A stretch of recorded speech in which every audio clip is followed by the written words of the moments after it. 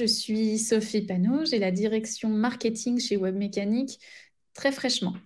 Jusqu'ici, j'avais la direction commerciale et c'est moi qui ai constitué l'équipe commerciale chez Webmécanique en étant la première commerciale et pour ensuite être structurée comme nous le sommes aujourd'hui avec des équipes en avant-vente et des équipes en après-vente et désormais une personne qui a pris le relais pour gérer ces deux équipes et les commerciaux et Customer Success Managers. Donc, aujourd'hui, j'ai condensé 7 bonnes pratiques, en tout cas que je trouve intéressantes à explorer, du quotidien de commercial qui aident à détecter des opportunités pour remplir son pipe commercial. C'est vraiment l'idée du jour. Pour ça, je vais faire une rapide introduction et des chiffres clés qui montrent que les bonnes pratiques que je vous montre après, elles vont quand même dans le sens de ce que les commerciaux font et souhaitent faire aujourd'hui. Je vous partagerai ces 7 bonnes pratiques et la session de questions-réponses plutôt vers la fin. Mais encore une fois, n'hésitez pas à les poser. Si on peut y répondre pendant le webinaire aussi, on le fera. Et à la fin, on a travaillé à faire un playbook, donc un guide avec des quiz, des questionnements pour vous et qui voudra en tout cas pour vous inviter à vous poser les questions sur où est-ce que j'en suis, qu'est-ce que je pourrais faire moi avec mon équipe commerciale aujourd'hui pour avoir de nouveaux leviers pour détecter des opportunités commerciales. Donc c'est vraiment l'idée de ce playbook, donc on vous le partagera après et si vous voulez le prendre, on sera content s'il vous est utile. Donc, première chose pour moi qui était importante, c'est qu'est-ce qu'on entend par détecter des opportunités commerciales. Pour moi, il y a 2 types d'opportunités commerciales. Il y a celles qui ne sont pas forcément matures tout de suite, qu'on appelle souvent froides ou tièdes dans le langage commercial, qui sont à travailler sur le long cours, qui vont remplir votre pipe, qui vont remplir votre pipe commercial pour votre cycle, voilà, en fonction du cycle de décision. Hein. Chez nous, par exemple, c'est 2 à 3 mois. J'ai des opportunités sur 6 à 12 mois parce que ce sont des personnes que quand j'ai fait ma qualification, ils ont un intérêt, mais ils ne répondent pas à tous les critères de mon BANT. Donc, je ne sais pas si cet acronyme parle à tout le monde, mais pour moi, quand on répond à ce BANT, c'est donc qu'on répond à mes questions de qualification qui indiquent qu'il y a une opportunité qui est mûre. BANT, le B, c'est pour budget. Ça veut dire que quand j'ai posé la question à mon prospect, il sait me dire le budget qu'il va allouer au projet et moi, je sais que ça colle avec mon offre, grosso modo en tout cas. A pour autorité, donc j'ai une personne en face qui est décisionnaire. Vous savez, en général, on dit est-ce que c'est la personne qui a la CB? Et oui, c'est important d'avoir le décisionnaire en face parce que sinon, on peut souvent ramer pendant longtemps et pas avoir la bonne personne pour la conversion finale.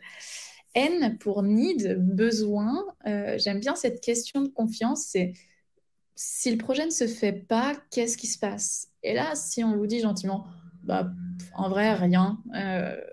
Moi, je trouve ça sympa, c'est une bonne idée de faire ce projet avec vous, mais si je le fais pas, je continue de vivre. Et bien là, ça doit être un vrai indicateur, un vrai signal qui vous dit potentiellement, il n'y a aucun effet d'urgence, il n'y a aucun changement, j'ai pas d'impact forcément pour ce prospect-là. Donc voilà, pour moi, c'est un des effets qui est important de savoir. Et T pour time, donc le délai. Est-ce que j'ai une date de démarrage souhaité ou avec un objectif très précis?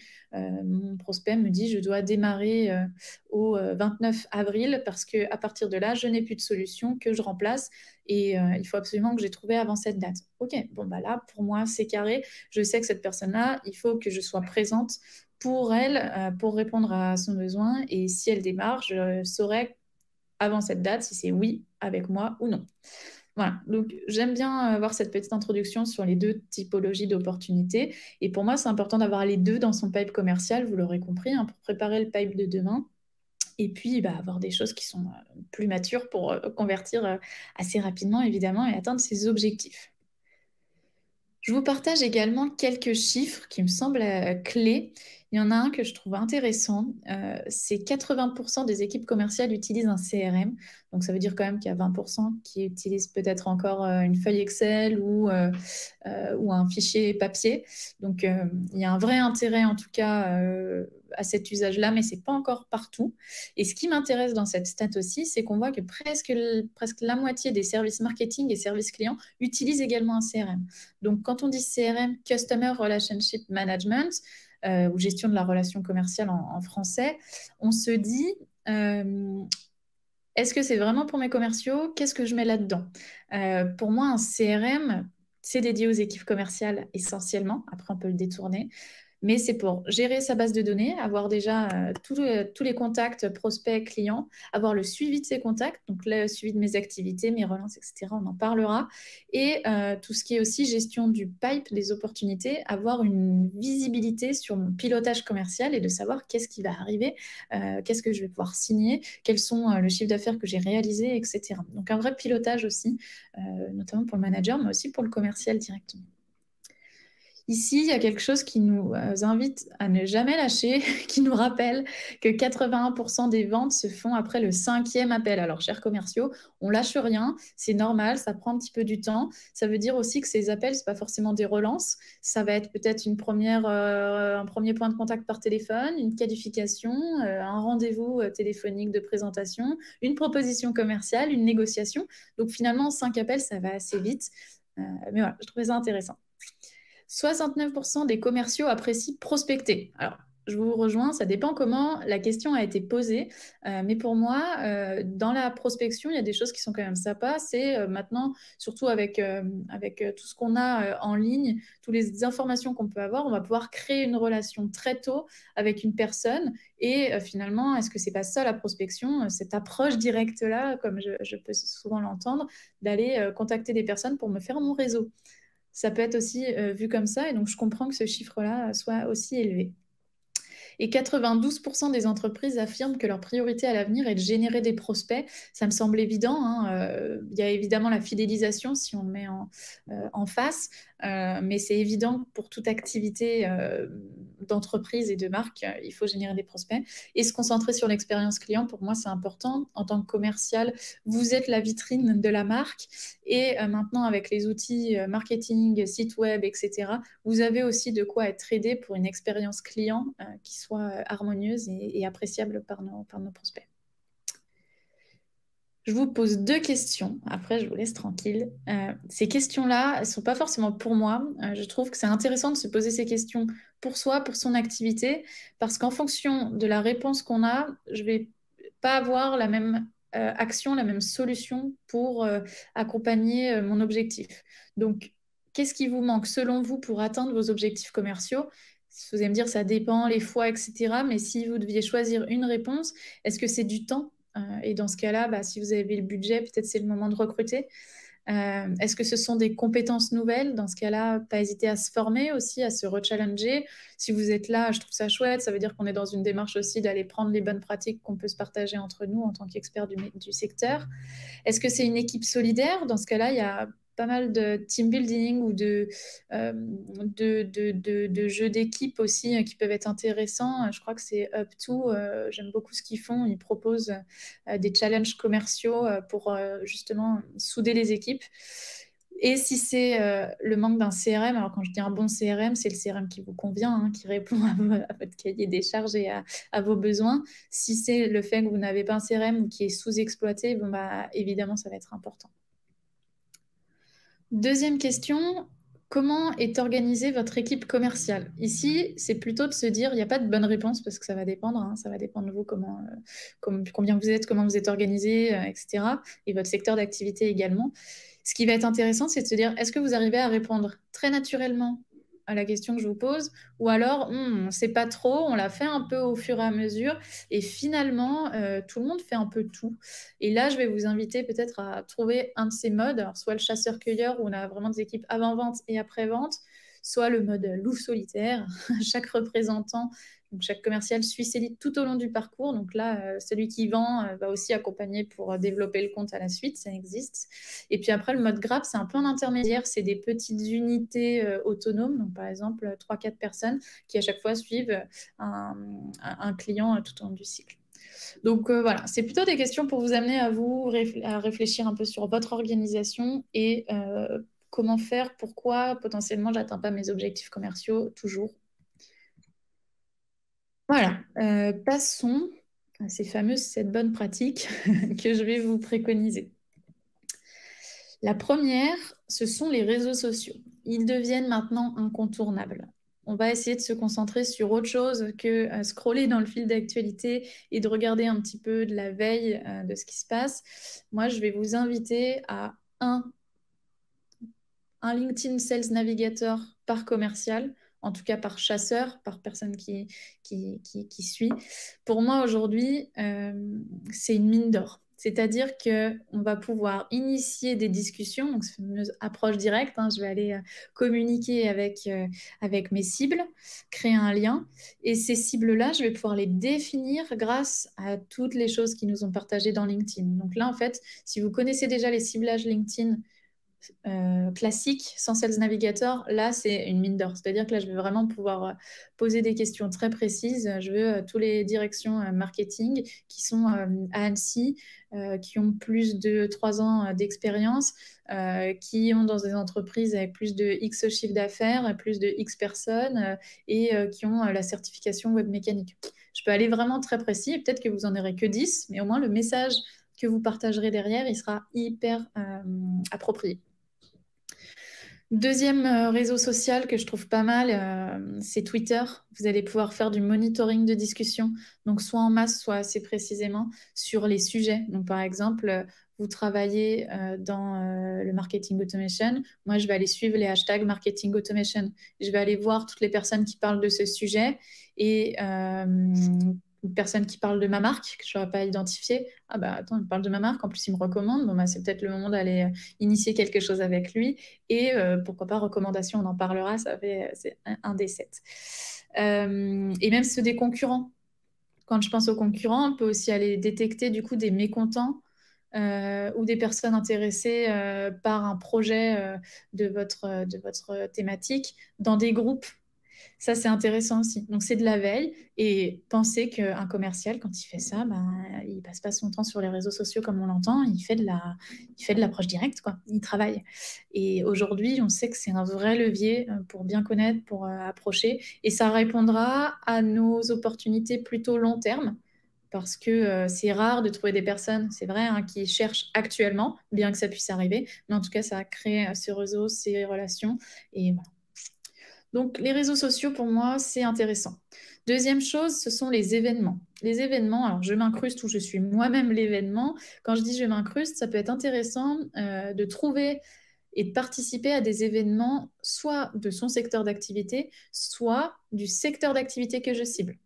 Je cible la cybersécurité, je cible les agences immobilières, n'importe. Je vais aller sur l'événement où je vais rencontrer toutes ces cibles-là parce qu'elles y sont. Alors idéalement, on a une prise de parole et un stand, ça c'est royal, mais sinon, juste y aller et se faire son réseau.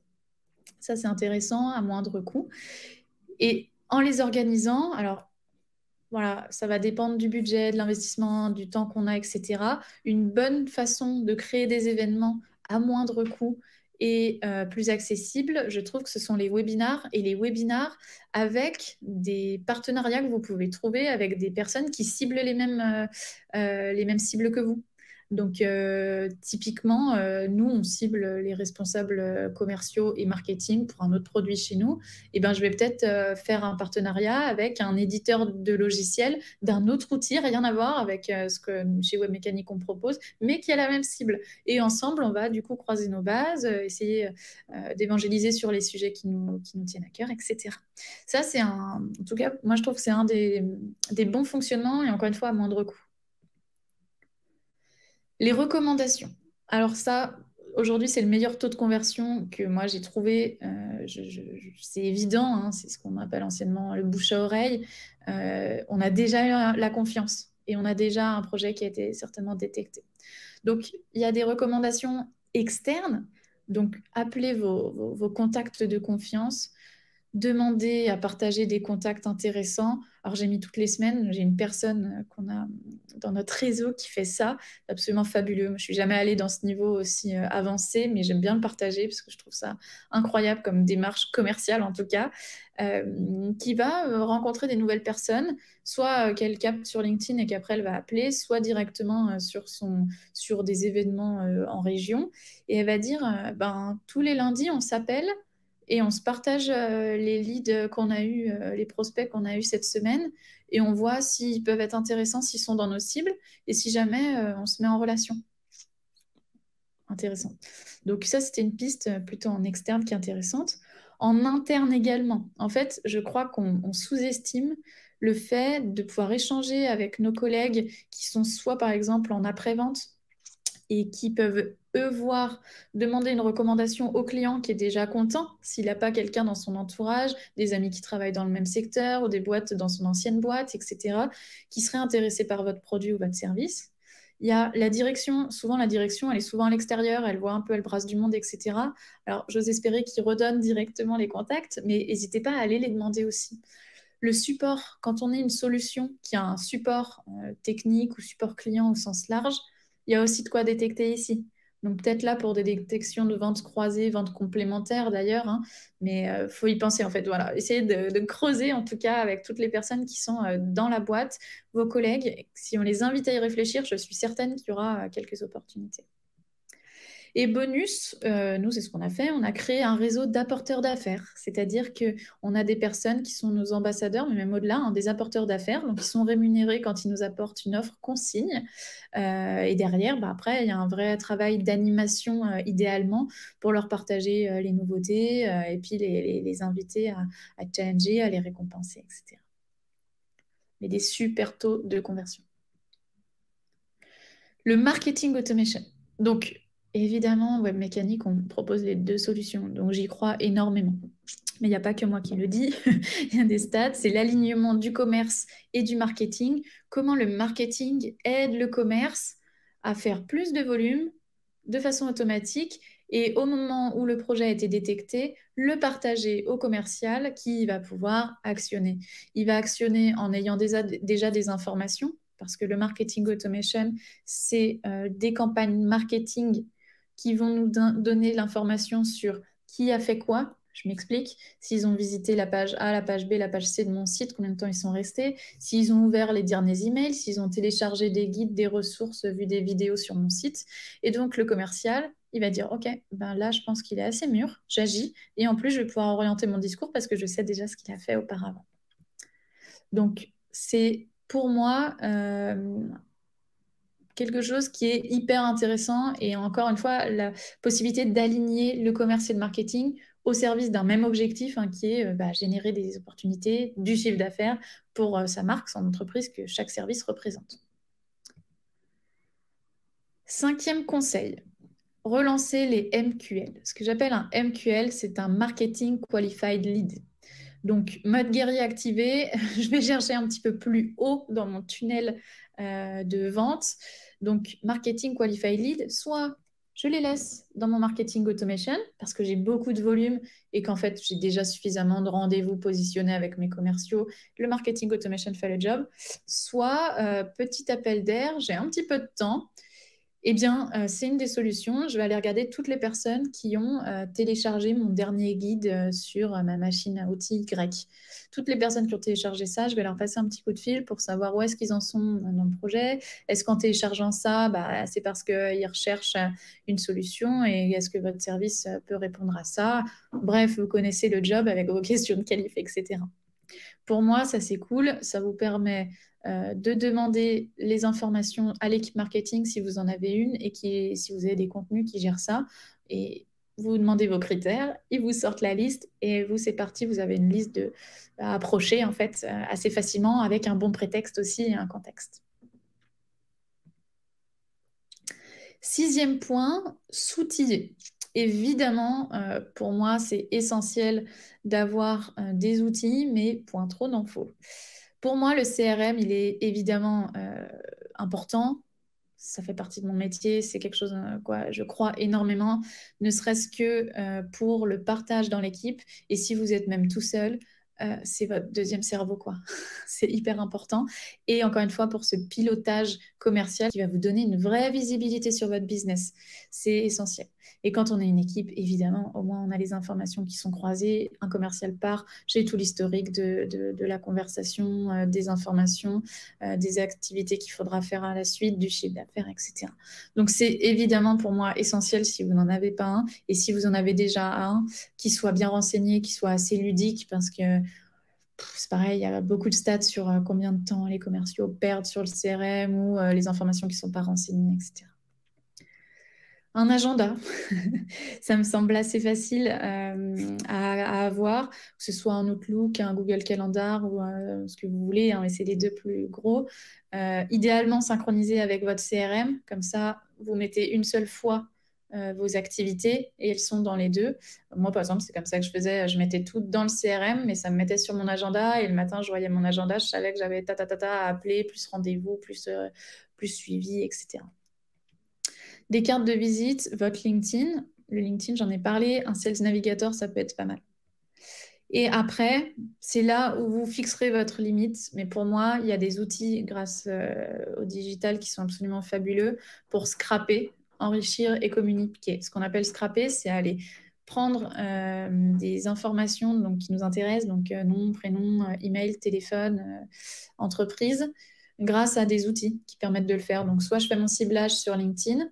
Derrière, je vais aller récupérer juste les noms, par exemple, et leur adresse email qui est souvent perso, et je vais le mettre dans un outil qui va me permettre d'enrichir avec l'adresse email pro parce qu'il l'a laissé ailleurs dans le web, et cet outil-là va me l'agréger.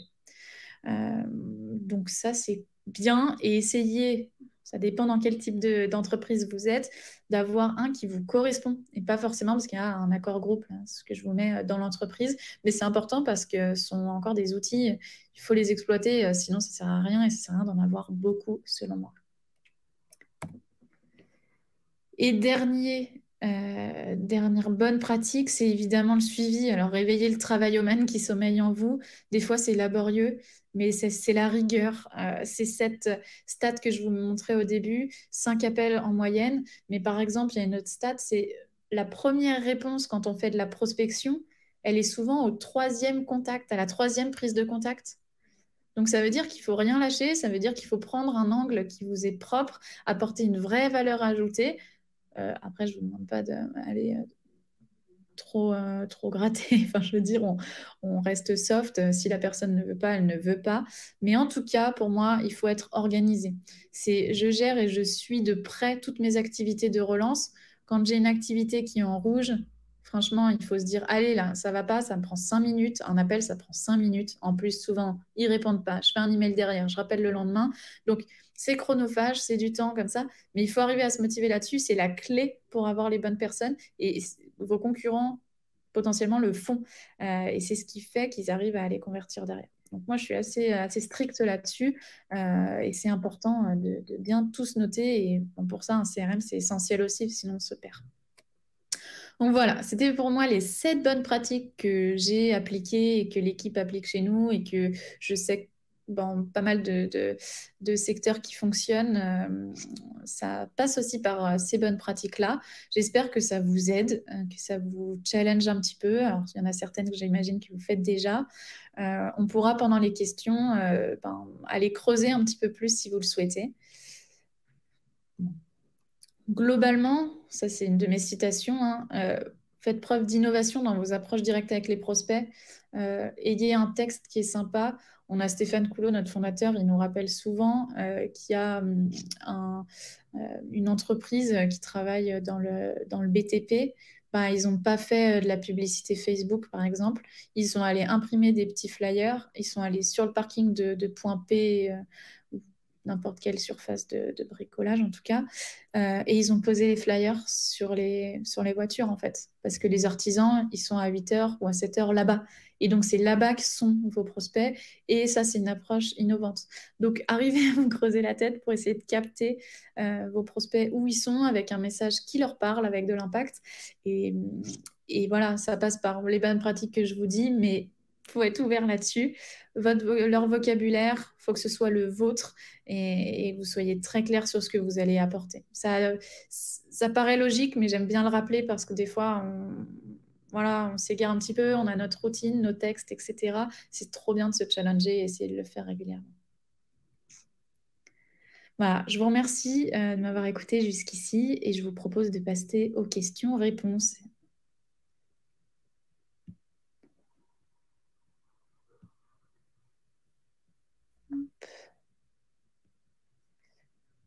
Donc, nous n'avons qu'un CRM. Est-ce long de mettre en place la solution marketing automation et de l'allier au CRM?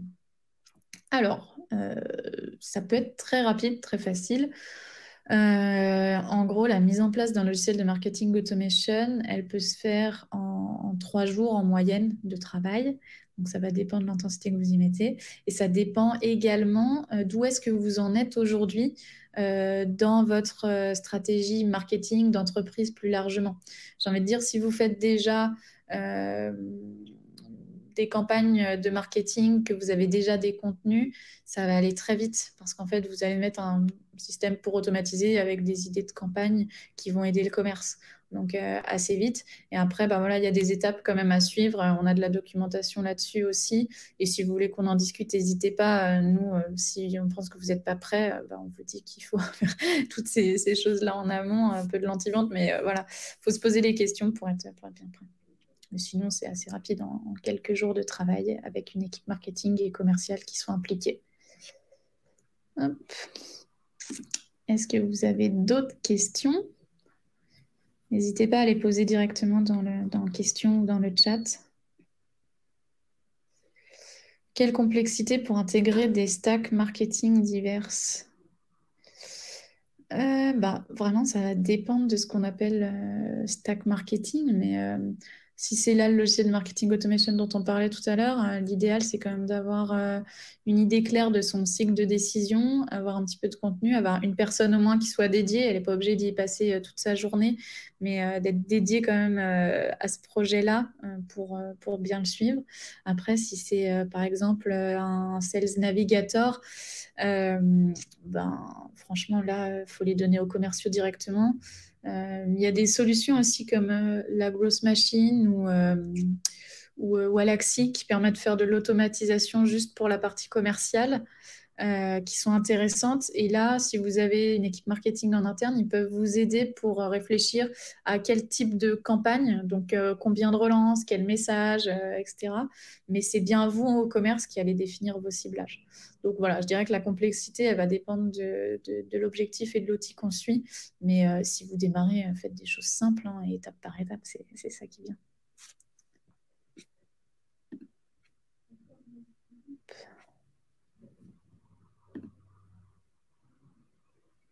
Je peux retrouver tes conseils sur LinkedIn ou quelque part. Oui, bah, des fois, je poste sur LinkedIn. J'essaie le plus régulièrement possible.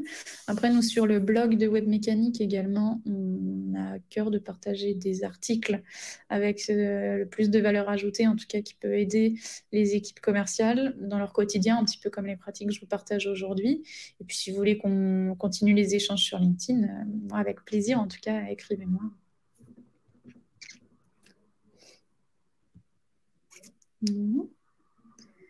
Est-ce que vous avez d'autres questions?